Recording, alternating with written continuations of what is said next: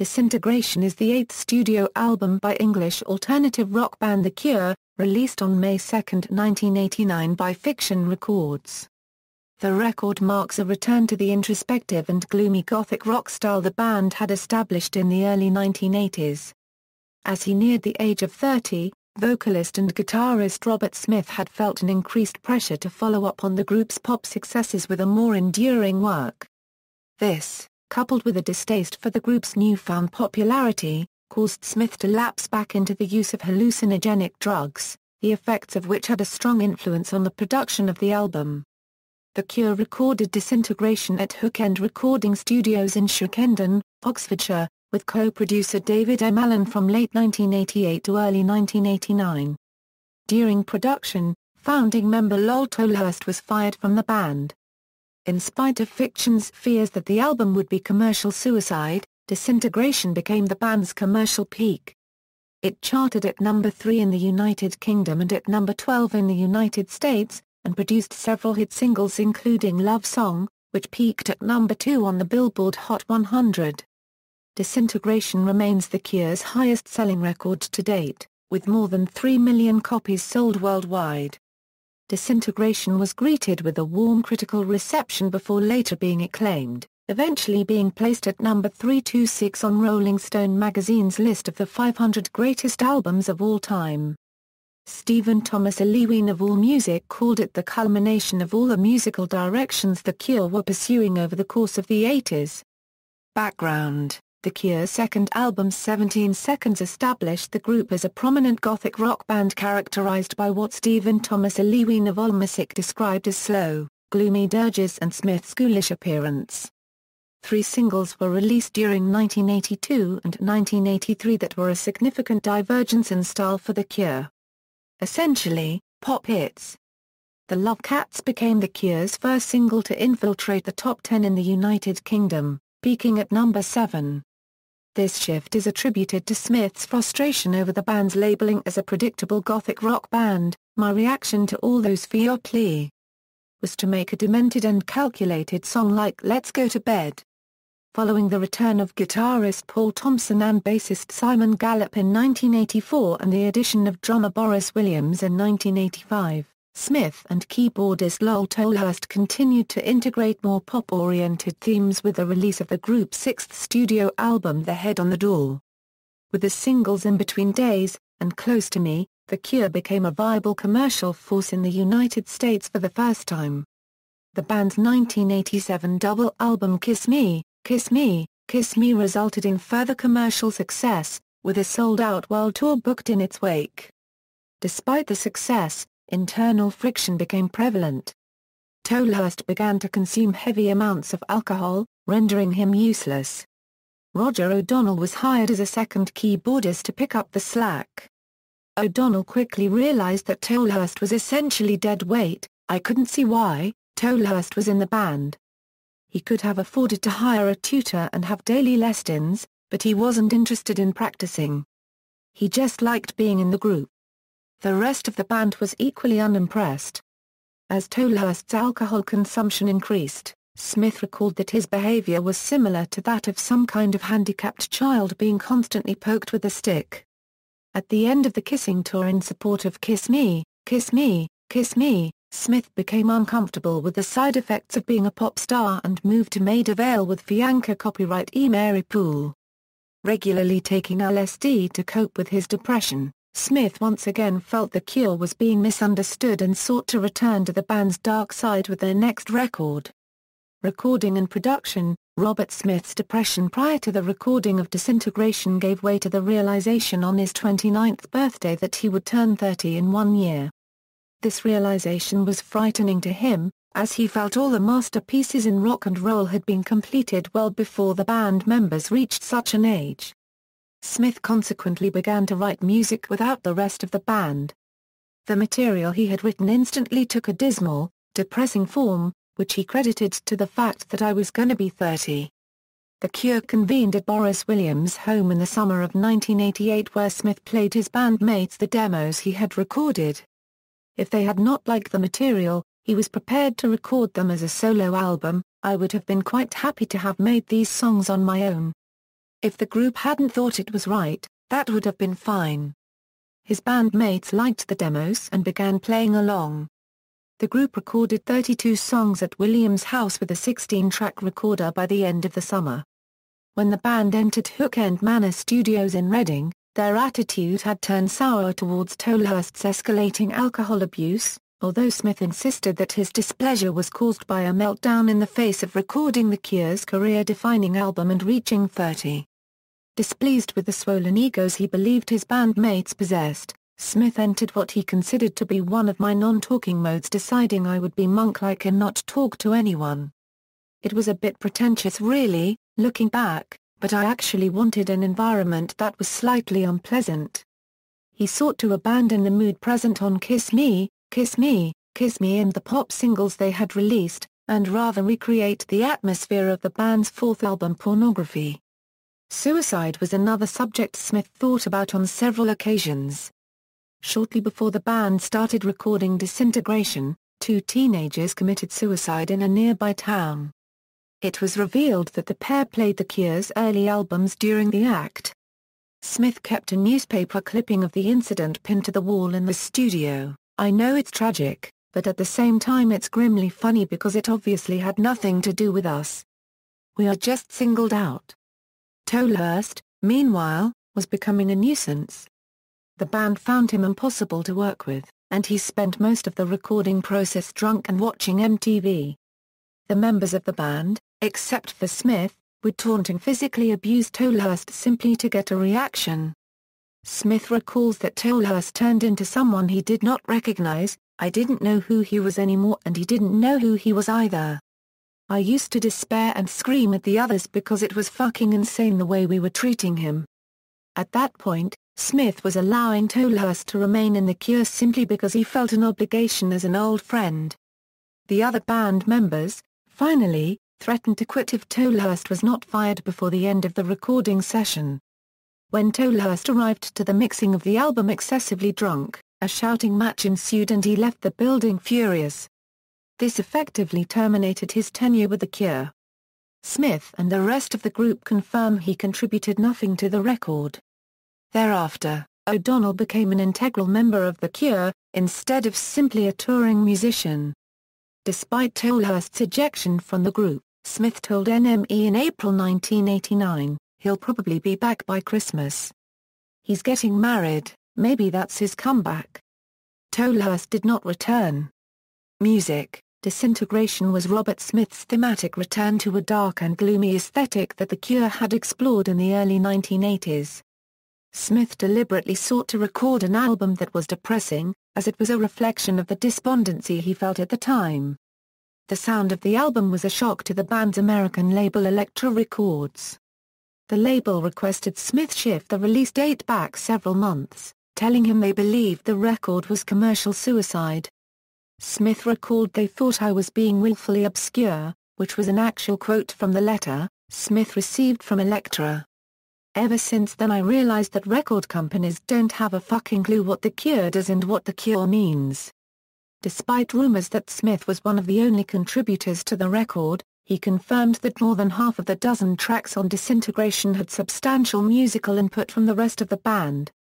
Disintegration is characterized by a significant usage of synthesizers and keyboards, slow, droning guitar progressions and Smith's introspective vocals.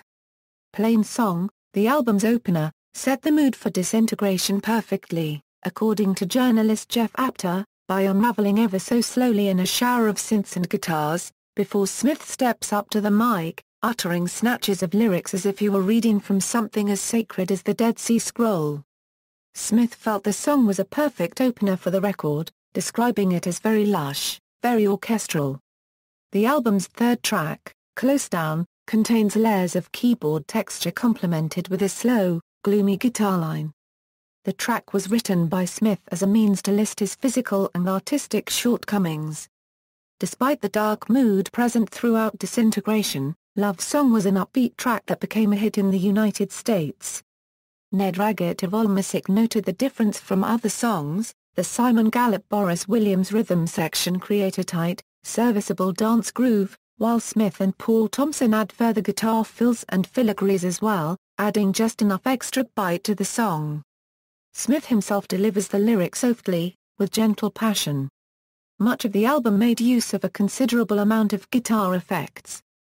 Prayers for Rain, a depressing track, sees Thompson and Smith treating their work to heavy-duty flanging, delay, backwards run tapes and more to set the slow, moody crawl of the track. Others, like the title track, are notable for Smith's commanding lead guitar lines, that are scaled to epic heights while at the same time buried in the mix, almost as if they're trying to burst from behind the upfront rhythm assault.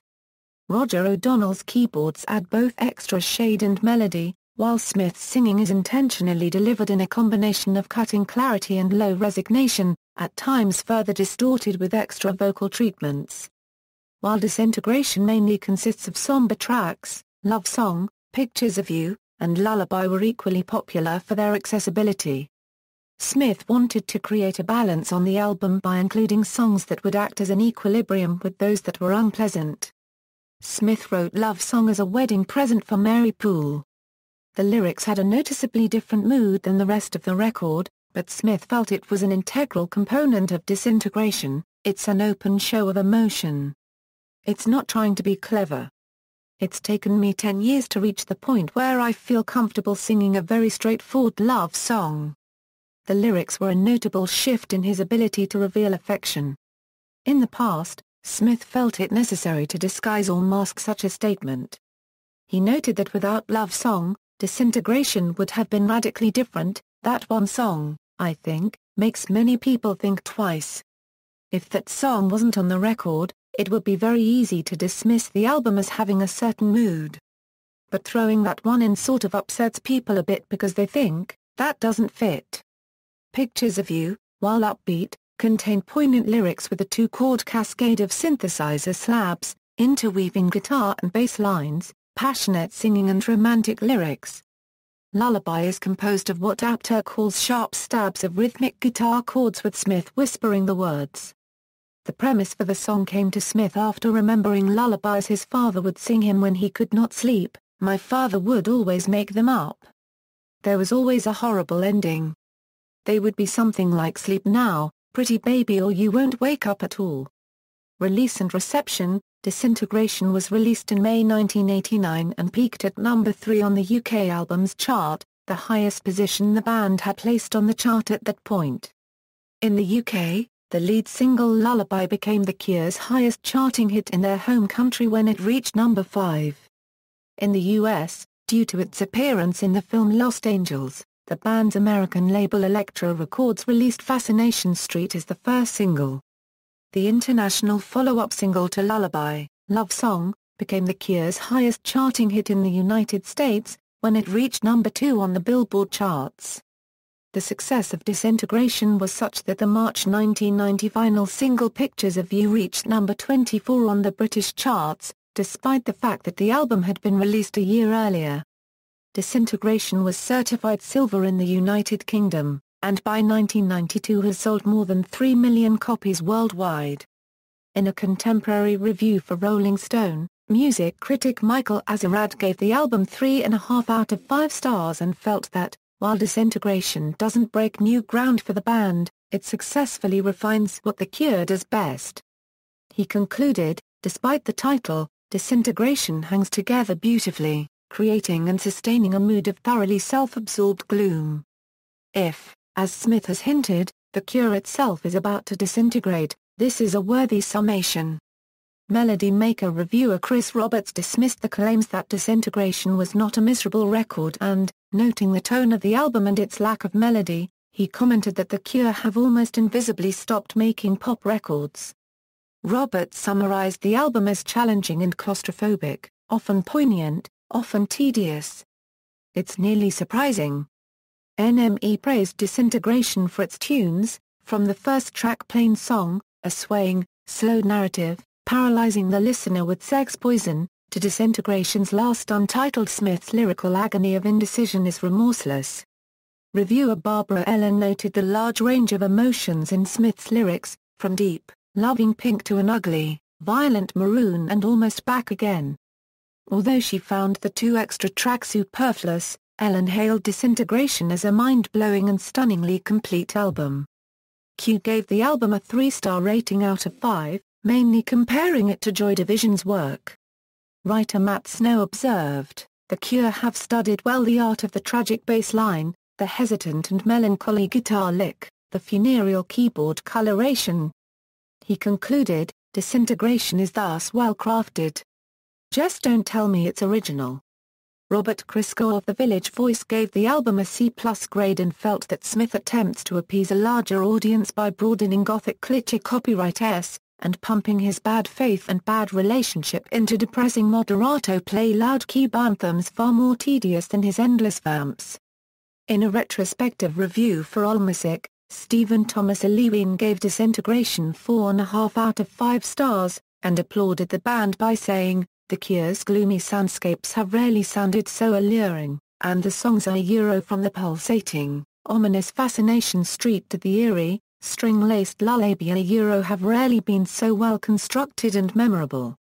Lewin went on to praise Disintegration for being darkly seductive, and a hypnotic, mesmerizing record. Pitchfork Media praised the record, admitting Disintegration stands unquestionably as Robert Smith's magnum opus. Writer Chris Ott noted that scant few albums released in the 1980s can boast an opener as grand as Plain Song, the most breathtaking, shimmering anthem the band ever recorded. Disintegration has been included in numerous best-of lists. Rolling Stone placed the record at number 326 on its 2003 compilation of the 500 Greatest Albums of All Time. The magazine's German counterpart placed Disintegration at number 184 on the same list. The album was considered to be the best album of 1989 by Melody Maker, 17th on Q magazine's 40 Best Albums of the 80s, and 38th on Pitchfork's Best Albums of the 80s. The album placed at number 14 in Entertainment Weekly's New Classics, the 100 Best Albums from 1983 to 2008. In 2012, Slant magazine listed the album at number 15 on its list of Best Albums of the 1980s. In a 2001 article in Rolling Stone, the readers selected Disintegration as number 9 in of the 10 best albums of the 80s. The Prayer Tour and Aftermath. Following completion of Disintegration, Smith noted that The Cure had, despite my best efforts, actually become everything that I didn't want us to become, a stadium rock band. Furthermore, Smith claimed the album's title was the most appropriate one he could think of. Most of the relationship with the band outside of the band fell apart. Calling it Disintegration was kind of tempting fate, and fate retaliated. The family idea of the group really fell apart too after Disintegration. It was the end of a golden period. The Prayer Tour began in Europe shortly after the release of the album. The band performed numerous high-profile concerts, including shows in front of more than 40,000 fans over 2 nights in Paris and their first performances in Eastern Europe. Following the European leg, the band elected to travel to North America for their upcoming US leg by boat, instead of plane. Smith and Gallup shared a fear of flight, and ultimately lamented the upcoming dates, wishing to reduce the number of concerts they booked. The record label and tour promoters strongly disagreed, and even proposed to add several new shows to the itinerary because of the success of Disintegration in the U.S. The first concert in the United States was at New Jersey's Giants Stadium, where 44,000 people attended. 30,000 tickets were purchased on the first day alone. The band were extremely displeased with the massive turnout. According to Roger O'Donnell, "We had been at sea for 5 days. The stadium was too big for us to take it all in. We've decided that we don't like playing stadiums that large." Smith recalls that it was never our intention to become as big as this. During the West Coast leg of the group's American tour, The Cure added Pixies, Shelley and Orphan in Love and Rockets as opening acts. The band's show at Dodger Stadium attracted roughly 50,000 attendees, grossing over $1.5 million. The band's notably greater popularity in the United States virtually every concert in the leg was sold out caused Smith to break down, and threatened the band's future. "It's reached a stage where I personally can't cope with it," he said, "so I've decided this is the last time we're gonna tour." Backstage, There were ongoing feuds between band members owing to the strife on set by Smith. He recalled that towards the end of the tour I was tearing my hair out. It was just a difficult tour. Cocaine use was prevalent, and only ended up distancing Smith from his fellow band members. Upon returning to the United Kingdom in early October, Smith wanted nothing more to do with recording, promoting and touring for an album. In 1990 Lullaby won Best Music Video of 1989 at the Brit Awards. The Cure also released a live album titled Treat, which compiled songs entirely off Disintegration from their performance at Wembley Arena, and despite claims that The Cure would never tour again, Smith accepted an invitation to headline the Glastonbury Festival. O'Donnell, after 2 years with the group, left to pursue a solo career, and was replaced by the band's guitar technician Perry Bamonte. Smith, who was influenced by the acid house movement that had exploded in London that summer, released a predominantly electronic remix album, Mixed Up, in 1990. Track listing: all lyrics written by Robert Smith, and all music composed by Cure. Original copies of Disintegration listed Last Dance and Homesick as bonus tracks, as they were not included on the original vinyl issue of the album. 2010 Deluxe Edition Disc 2. Rarities 1988 Euro 1989, Prayers for Rain Euro Robert Smith Home Demo Euro 4/88, Pictures of You Euro Robert Smith Home Demo Euro 4/88, Fascination Street Euro Robert Smith Home Demo Euro 4/88, Homesick Euro Band Rehearsal Euro 6/88, Fear of Ghosts Euro Band Rehearsal Euro 6/88, No Heart Euro Band Rehearsal Euro 6/88, Essen Euro Band Demo A. Euro 9/88, Close Down Euro Band Demo Euro 9/88, Love Song Euro Band Demo Euro 9/88, Too Late Euro Band Demo Euro 9/88, The Same Deep Water as You Euro Band Demo Euro 9/88, Disintegration Euro Band Demo Euro 9/88, Untitled Euro Studio Rough Euro 11/88, Babel Euro Studio Rough Euro 11/88, Plain Song Euro Studio Rough Euro November 88, Last Dance Euro Studio Rough Euro 11/88, Lullaby Euro Studio Rough Euro 11/88, Out of Mind Euro Studio Rough Euro 11/88, Delirious Night Euro Rough Mix Euro 12/88, Pirate Ships Euro Rough Mix Euro 12/89, Disc 3, Entreat Plus, Live at Wembley 1989, Plain Song, Pictures of You, Close Down, Love Song, Last Dance, Lullaby, Fascination Street, Prayers for Rain, The Same Deep Water as You, Disintegration, Homesick, Untitled, Online Only, Alternative Rarities, 1988 1989, Close Down Euro 124, Last Dance Euro 311, Lullaby Euro 210. Tuned Out on RTV5 Euro 220, Note Funk Euro 208, Babel Euro 208, Plain Song Euro 224, Pictures of You Euro 311, Fear of Ghosts Euro 404, Fascination Street Euro 345, Homesick Euro 437, Delirious Night Euro 326, Out of Mind Euro 240, Too Late Euro 230, Love Song Euro 319.